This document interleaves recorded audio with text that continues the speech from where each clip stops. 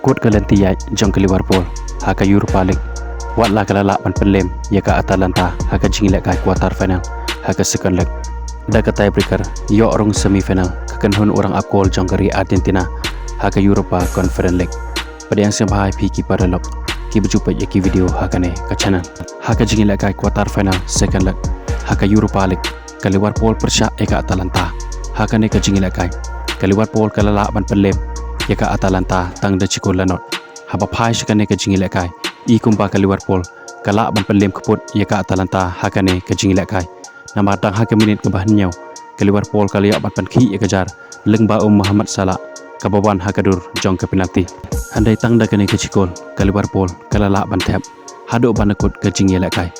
kumta ka Atalanta kala ya orang sendon chaka semifinal haka Europa League da ka ban lem ya ka Liverpool haka cricket goal dalai la kawai namar haka jingi la kai first leg ka jongki ka Atalanta kala la ban pelem ya ke Liverpool dalai la not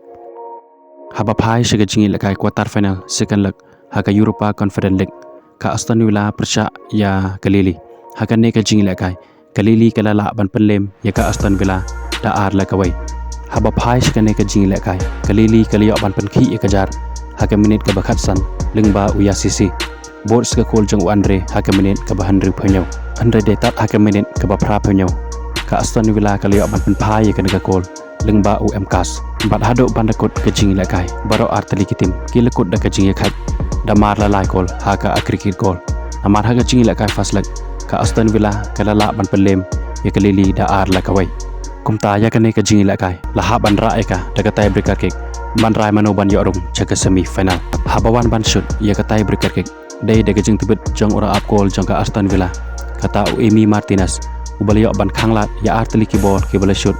da kirang yelek kai jong ka lili ka bapan long ya ka Aston Villa ban penlem ya ka lili haka ne ka jingi shoot tie breaker da sawla lai pat ya orang sendon chaka semi final haka Europa Conference League ko bala shibon ya piki parlo ki berjumpa ya ki video haka ne ka channel